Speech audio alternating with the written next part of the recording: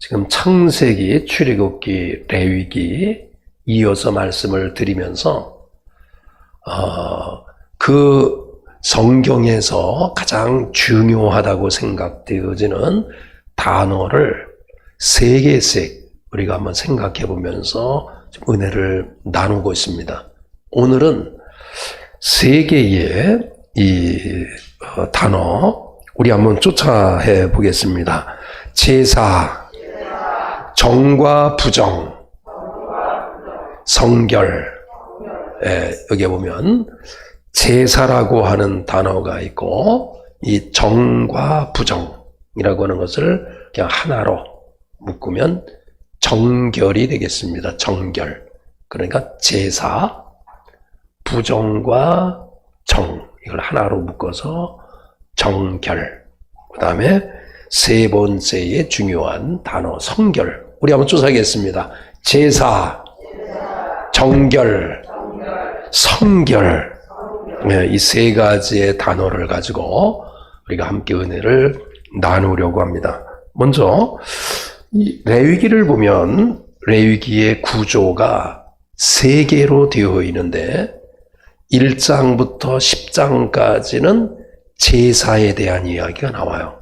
그래서 5가지의 제사와 또 제사에서 어떤 이 제물로 이렇게 드리면서 제사를 드리고 있는가. 1장부터 10장 제사에 대한 이야기가 나오고요. 그 다음에 11장부터 시작을 해서 17장까지가 정과 부정. 정이라고 하는 것은 영어로 clean, 그래요. 깨끗한 것. 그리고 부정, unclean. 그래서 깨끗하지 못한 것. 그러니까 정결이라고 하는 이 말 의미 속에는 이 깨끗한 것과 부정한 것을 이렇게 우리가 어떻게 구별하고 살아갈 것인가. 그리고 세 번째로는 그 18장부터 27장까지의 내용을 보면 어떻게 하면 우리가 성결되게 살아갈 수 있는가. 오늘 본문에 있는 말씀 마지막 구절에 보면 거룩이라고 하는 말인데 이 성결이라고 하는 말이 거룩이라는 말이에요. 성경에서는 거룩이라고 하는 단어로 사용되었습니다. 그래서 결국 이 구조로 본다 할지라도 또 내용적으로 본다 할지라도 레위기에서 가장 중요한 단어는 제사와 정결과 성결, 가로 열고 거룩, 아마 이렇게 세 단어로 생각해 볼 수 있습니다.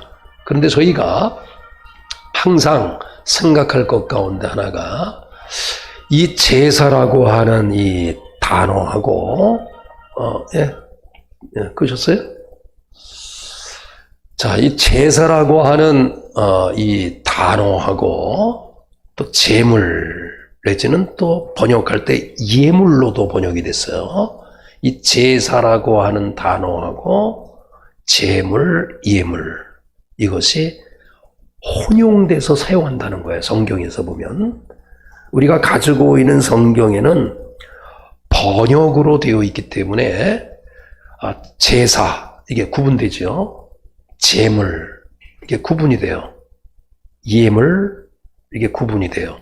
근데 성경에 기록되어져 있는 원문의 내용을 통해서 그 단어들을 사용해 이 보면은 어떤 때는 제사, 어떤 때는 예물 이 단어들이 다양한 단어가 있는데 서로 이렇게 섞어서 이렇게 사용하고 있다는 거예요.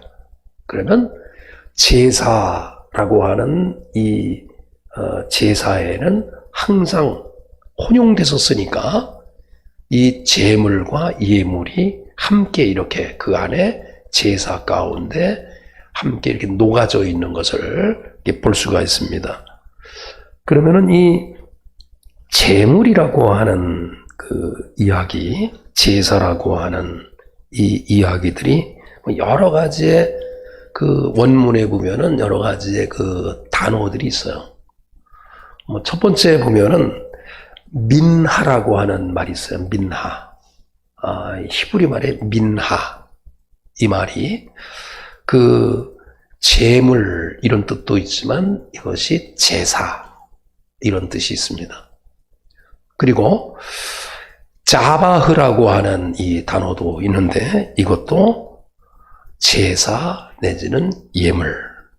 그리고 세 번째 보면 많이 있지만 한번 3개 정도 말씀을 드리려고요.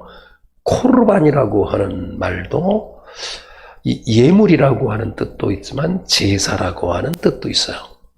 그러면 이 여러 개의 이 제사와 예물 내지는 제물이란 뜻이 많은데 그 중에서 그 제사라고 하는 말로 이렇게 대표할 수 있는 말이 오늘 첫 구절 본문에 있는 말씀 가운데 6장에 있는 말씀 가운데 26절에 보면 제사라고 하는 말이 있는데 하타라고 하는 말이에요. 하타라고 하는 이 말은 무슨 뜻이냐면 그러니까 제사와 예물이라고 하는 이 단어를 생각할 때마다 그 뜻을 생각해 보면 이게 제사라고 하는 것은 어떤 의미가 있고 예물, 제물은 그 안에 어떤 의미가 있다고 하는 걸 금방 알 수 있어요. 그러니까 여러 가지의 제사, 예물 혼용돼서 사용하지만 대표적으로 그 가운데서 그 제사하면은 이렇게 딱 많이 사용되어지는 단어가 하타라는 말이 하타. 이것이 무슨 뜻이냐면은 빗나가다 이런 말이에요. 빗나가다. 뭐 그릇 행하다.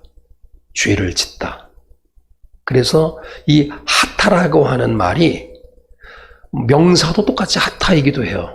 근데 이것이 죄라고 하는 말로 이게 번역될 때 뭐 하타 뭐 이렇게도 하고 하타 이렇게도 하는데 그 제사라고 하는 말에 죄가 녹아져 있다. 이런 의미를 가지고 있어요. 그러니까 저와 여러분이 제사가 현대 용어로 예배라고 하는 것으로 한번 이게 생각해 본다고 하면 예배 속에는 어떤 의미가 녹아져 있는 거냐면 이 죄라고 하는 이 부분을 예배 안에 이렇게 녹아져서 내가 일주일 동안 살아가면서 우리의 부족함과 허물을 이렇게 하나님 앞에 이렇게 예배할 때 죄의 문제를 가지고 이 자리에 나와야 된다는 거예요. 그런데 이 죄의 문제를 말하고 있는 이 제사, 그러다 보니까 이 제사가 즉 예물, 제물도 관련이 되겠죠. 그러니까 이 제물이라고 하는 말, 그리고 이 제사라고 하는 말 가운데 두 번째로 많이 사용되어진 말이 이 자바하라는 말이 있어요. 이 자바하라는 말은 뭐냐면 그 희생하다 이런 말이 이 제사, 예물 안에 이렇게 녹아져 있는 거예요. 근데 이 자바하라고 하는 말이 영어의 이 번역에서 보면 sacrifice라고 하는 말로 되어 있는데 이 말이 뭐냐면 희생. 그러니까 제사가 뭐냐면은 희생이라는 단어와 연결되어 있는 거예요. 저와 여러분이 이 자리에 나와서 예배를 드린다고 하는 것은 뭔가 희생이라고 하는 것이 이 예배 속에 녹아져 있는 거예요. 다시 말하면 예배 속에 예수 그리스도가 우리의 죄를 위해서 십자가에 희생하신 것처럼 예배를 드리는 여러분에게 있어서 희생이라고 하는 이 말, 다른 말로 말하면 헌신이라고도 표현할 수 있어요. 희생과 헌신이 그 안에 녹아져 있어야 된다는 거예요. 여러분, 이 레위기에서 첫 번째에 강조하고 있는 이 단어 가운데 이 제사라고 하는 이 의미 속에는 말씀을 드린 것과 같이 하타, 제사 속에는 죄의 문제를 가지고 제사를 지내는 것이고, 두 번째로는 그들이 살아가면서 뭔가 그 희생 제물이 그 안에 있어야 된다는 거예요. 그래서 제사에는 희생 제물이 있는 거예요. 그래서 소와 뭐 양과 많은 동물들을 희생하는 이러한 그 의미가 그 제사 안에 녹아져 있는 거예요. 그러니까 희생되어진다는 거예요. 희생되어진다는 그 의미 속에는 대속한다 이런 의미도 있어요.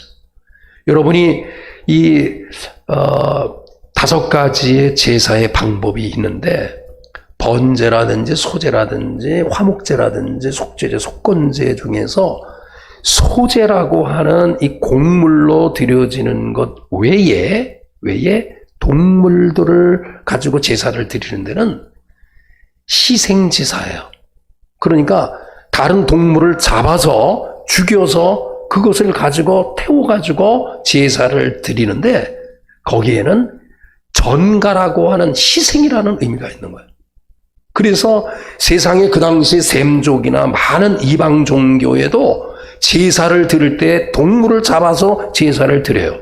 그러나 성경에서 말씀하고 있는 번제라든지 동물을 드리는 제사의 방법에는 이방인들이 이렇게 행하지 않는 하나의 방법이 있어요. 그게 바로 뭐냐면 제물을 잡아가지고 잡기 전에 머리 위에다가 놓고 손을 얹어놓고 안수하는 거예요. 그 안수의 개념은 하나님, 나의 죄를 이 동물에게 전가합니다. 이게 즉 신약으로 보면 우리의 죄를 전가해서 예수 그리스도가 십자가의 죽으심으로 말미암아 우리의 죄를 용서받을 수 있다고 하는 것도 그 제사의 방법에서 녹아져 있는 것을 알 수가 있습니다. 그러니까 제사 이렇게 생각하게 되면은 죄와 관련돼서 그 문제를 가지고 제사를 드리는 것이고 죄의 문제를 가지고 드릴 때 그냥 그 문제가 해결되기까지는 희생되어진 어떤 무엇인가가 있어야 된다는 거야. 이것이 제사의 어떤 원뜻의 그런 의미가 있습니다. 또 하나는 이 제사라고 하는 단어 가운데 아주 중요한 단어가 있어요. 이 민하라고 하는 단어예요. 이 민하라고 하는 이 단어는 저도 그 영어로 이것을 많이 이렇게 번역을 할 때 민하, 제사 말을 번역을 하면서 어떤 단어가 제일 좋은 단어일까 생각하면서 저는 이 기프트라고 하는 단어로 설명을 드리고 싶어요. 선물이라고 하는 이 표현인데 이것이 민하가 그 예물, 제물, 제사 이런 뜻으로 사용하는데 영어로 번역하면 가장 쉽게 말하면 기프트 선물로 번역을 하고 싶어요. 그러면 제사 안에 우리가 제물, 예물이 들어가잖아요. 그 총체적으로 제사. 그럼 제사는 뭐와 관련되어 있냐면 선물. 하나님께로부터 선물을 받기도 하지만 중요한 건 선물을 받은 것을 가지고 내가 선물을 활용해서 그 선물을 받은 걸 가지고 잘 이용을 해서 그 선물 받은 거의 일부를 가지고 와서 하나님 앞에 이렇게 드리는 것, 기프트, 선물을 드리는 것이 제사의 개념이에요. 여러분, 이것이 과거 고대 사회에는 대부분 많은 소수의 사람이 땅을 전체 차지하고 있었어요. 그러니까 왕족들, 지금 우리나라도 마찬가지 세계의 부자들이 한 5% 내에 있는 부자들이 전체 돈을 다 가지고 있듯이 고대 사회는 이게 더 집중적이에요. 보통 사람은 다 누구의 땅을 빌려서 농사를 짓냐면 큰 지주의 그 땅을 받아가지고 농사를 져요. 그 농사를 쳐서 그 거기에서 조그만 이렇게 소득물 같은 경우를 이렇게 취해가지고 주인에게 돌려주는 거야. 근데 엄밀히 따져보면 지금 우리나라에 보면 도지라 그러나요, 권사님? 이렇게 땅을 이렇게 땅 주인이 그 직접 짓지 않고 다른 사람이 농사를 짓게 해서 농사 지어서 거기서 일부를 주인에게 이렇게 드리잖아요. 그러면 엄밀히 생각해 보면 이 제사라고 하는 것은 바로 뭐냐면 하나님께로부터 모든 것을 받은 우리들이 이 땅에서 살아가면서 그 모든 것을 받은 것을 가지고 잘 활용하다가 거기에 일부를 하나님 앞에 드리게 될 때에 이것이 불평하는 마음으로 드리는 것이 아니라 감사한 마음으로 이렇게 드린다는 거예요. 지금 제가 제사와 제물과 예물에 관련해서 이렇게 말씀을 하타라고 하는 말씀, 죄, 민하라고 하는 말씀, 지금 선물, 자바라고 하는 말씀, 희생, 이렇게 말씀을 드렸어요. 근데 많은 것 가운데 제사는 대표적인 것이 하타, 죄를 짓다, 뿌리를 가지고 있는 거예요. 그런데 여러 가지의 제사, 예물, 제물 사용하지만 그 중에서 대표적으로 제물하고 예물로 사용되어지는 또 단어가 또 하나가 있어요. 여러분이 들으시면 알 거예요. 코르반이라는 이런 제물의 이름이에요. 제물의 이름인 동시에 제사의 이름인데 이 코르반이라고 하는 말이 이 카라바 해가지고 가까이 있다 이런 말의 뿌리를 가지고 있어요. 신약에도 이 용어를 그대로 차용을 하지요. 그리고 이 말이 그대로 영어권으로 들어가서 영어권에서도 예물이라고 하는 제물이라고 하는 말이 콜본이라는 말로 사용하고 있어요. 그러니까 콜본, 모음이 두 개이기 때문에 콜본 이렇게 발음하지만 히브리 반으로 뭐라고 말하면 거기에 C 발음도 있고 R 발음도 있고 B 발음도 있어요. 코르반. 그래서 카라브라고 하는 말, 이게 뭐냐면 가까이 하다. 여러분 제물이 무엇이냐? 또 그 제사로 사용은 된다고 그랬잖아요. 여러분이 하나님 앞에 드릴 때의 예배가 무엇인가, 제사가 무엇인가, 제물이 무엇인가를 이렇게 물을 때 하나님과 가까이 하는 거예요. 이 시간에 여러분이 다른 곳에 있는 많은 사람도 있을 거 아니에요. 많은 장소가 있지만 그 장소 가운데 이곳을 택한 여러분들은 왜 택했을까요? 가지치고 가장 가까이 하고 싶은 분을 여러분이 만난 거예요. 만나러 온 거예요. 여러분이 하나님 앞에 드리는 예물, 제물, 현대형으로 헌금, 이것에 여러분이 쉽게 여러분이 받쳐지든가 그 안에는 눈물이 있고 땀이 있는 거예요. 수고가 있는 거예요. 애씀이 있는 거예요. 그러면 내가 왜 이것을 가지고 하나님 앞에 구별해서 이렇게 드리는가? 가장 가까운 분위기에 이 예물을 통해서 그렇게 표현하고 싶은 거예요. 여러분이 이 레위기에 녹아져 있는 1장부터 10장까지의 내용을 보면 이 제사에 대한 이야기가 나와요. 제가 이 말씀을 드리는 제사, 예물, 제물, 혼용해서 쓰는데 대표적으로 두 개만 딱 기억했으면 좋겠어요. 하나는 제사와 관련된 대표적인 용어 하타. 여러분이 교회에 나오셔서 예배를 드릴 때마다 부족하고 연약하고 허물 이 모든 것들을 내려놓고 주 앞에 전가하시고 용서를 빌고 다시 결심하는 이러한 기회가 되시기를 간절히 축원합니다. 그리고 하나님 앞에 여러분이 제물을 가지고 드릴 때 이 제물 속에 하나님 많은 수고와 땀이 있는데 이거를 드림으로 인해서 내가 하나님과도 가까이 나가기를 원하는 마음으로 나왔으니 나의 제물을 받아 주옵소서. 여러분이 헌금을 드리고 예배를 드리는 이 모든 것에 하나님과 가까이 있지 않는 한 절대로 쉽게 이루어질 수 없는 부분이에요. 이 두 번째 부분은 정결이라는 말입니다. 정결. 이 정결이라고 하는 이 말이 그 안에 가로 열고 정과 부정 이 두 가지의 것을 구분할 수 있어야 된다는 거예요.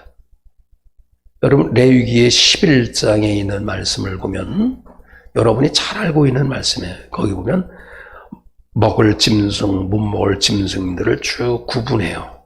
그러다가 그 다음에 이어지는 이야기가 죽음에 대한 이야기가 나와요.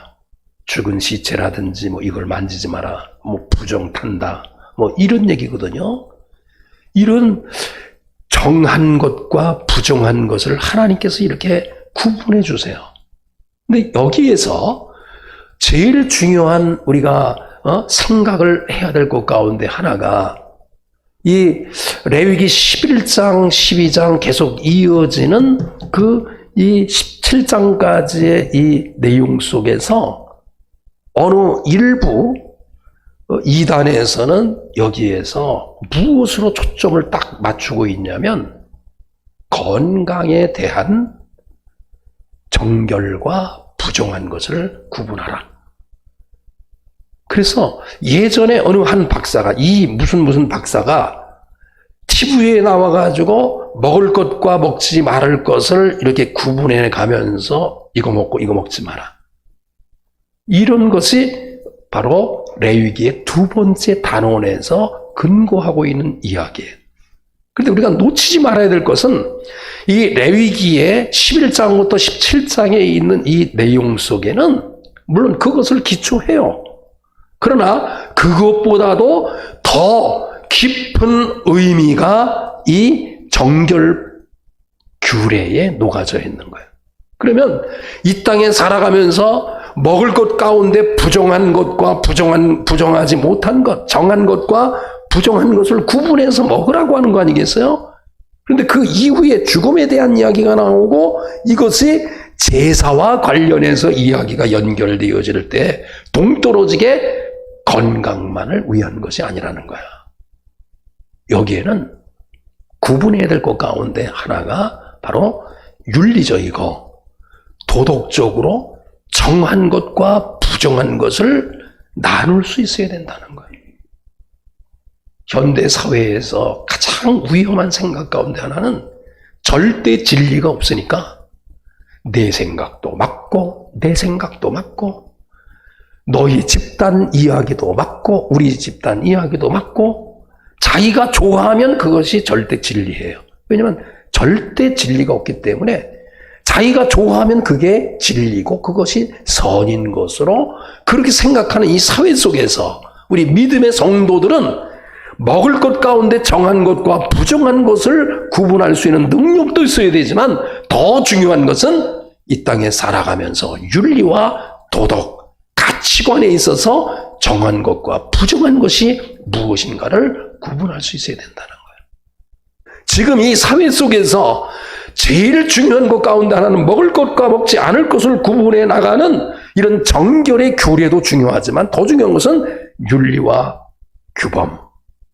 도덕, 가치관 이것을 여러분이 구분할 수 있어야 돼요. 어떤 것이 악하고 어떤 것이 선하고 어떤 것이 진리고 어떤 것이 비진리인가를 구분할 수 있는 여러분이 되셔야 돼요. 특별히 젊은이들에게 아주 중요해요. 어떤 것이 바른 것인가 어떤 것이 그른 것인가 이거를 구분할 수 있어야 돼요. 여기에 보면은 11장 이후에 연결되어지는 것 가운데 그 전체적인 어떤 이 흐름의 이렇게 내용을 보면 하나님께서 뭔가 세상을 창조하실 때에 무엇인가 기본적인 이 법칙을 이렇게 쫙 가지고 창조하셨어요. 그러나 어느 창조물은 그 기존 질서를 깨우는 어떤 깨는 이런 모델로 그 동물 같은 거를 만드는 경향이 있어요. 근데 그 동물을 바라보면서 뭔가 사회 규범 이런 것을 우리에게 주는 게 많이 있어요. 날개는 있어요. 날지 못하는 거. 다리가 있어요. 근데 걷지 않고 기어다니는 거. 이런 게 다 부정하다는 거야. 다시 말하면 이 땅에 살아가면서 우리가 인간의 어떤 모습으로 살아가려고 하면 인간의 모습 속에서 그 모습을 바르게 살아가야 되는데 그러지 못하고 규범을 깨는 경향이 있어요. 그리고 여러분이 살아가면서 세 번째 보면 성결의, 이 두 번째로 보면 이 종교의 이 정결, 부정과 정함도 구분할 수 있어야 돼. 여러분이 예배를 드릴 때 어떤 것이 참 예배인가? 정한 것. 예배를 드리는데 뭔가 이게 부정한 것. 이걸 구분할 수 있어야 돼. 모든 예배가 다 정한 것이 아니에요. 정한 예배와 부정한 예배를 구분할 수 있어야 돼요. 그래서 이 11장과 17장에는 사실상 건강에 대한 부분이 한 20%라고 하면 나머지 40%는 윤리와 규범, 종교의 정함과 부정함을 구분해내라고 하는 메시지가 더 강한 메시지인 걸 알 수 있어요. 그리고 18장부터 27장까지의 내용을 보면 거룩에 대한 이야기가 나와요. 내가 거룩하니 너희도 거룩하라고 하는 거예요. 이 거룩에 대한 메시지를 우리에게 주는데 특별히 이 거룩에 대한 이야기, 나 여호와는 너희 하나님이니라. 그런데 내가 거룩함으로 너희도 거룩하라. 이 거룩하라고 하는 말은요, 두 가지로 표현될 수 있는 단어예요. 이 거룩이라고 하는 말이 성경책 옆에 끼고, 뭔가 경건의 모습을 살아가는 이런 뜻이 아니에요. 이 거룩이라고 하는 카도시라고 하는 말은, 카다시라고 하는 이 말에서 카도시가 나온 건데, 이 말은 무엇으로 표현할 수 있냐면 딱 두 개의 단어로 표현할 수 있는 거예요. 이 카도시라고 하는 말은 different이라는 말이에요. 다르다라는 이야기예요. 내가 다르기 때문에 너희도 달라야 된다는 거예요. 창조주 하나님은 한 분이 세상을 다 창조하셨다. 권능의 하나님에 달라요. 그러나 세상의 신화들을 보면 어느 신은 바다, 어느 신은 산, 어느 신은 땅, 수많은 신들이 동원해서 세상을 창조했다고 그렇게 얘기해요. 그러나 하나님은 그렇잖아요. 한 분이 세상을 창조했어요. 세상의 신은 얼마나 추접하고 더러운지 몰라요. 하나님은 그 모습 속에 정말 경건한, 진리가 경건이, 그런 모습이 그 안에 나타나요. 내가 거룩하니 너희도 거룩하라고 하는 말씀 속에는 다르다, different이라고 하는 의미를 가지고 있어요. 이 카도시라고 하는 말 속에는 separate이라는 말이 있어요. 나누다, 나뉘어졌다는 말이에요.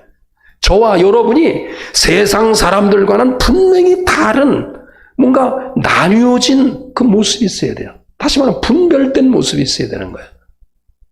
세상의 사람은 가치관이 이래도 우리는 이런 모습으로 나뉘어질 수 있어야 돼요.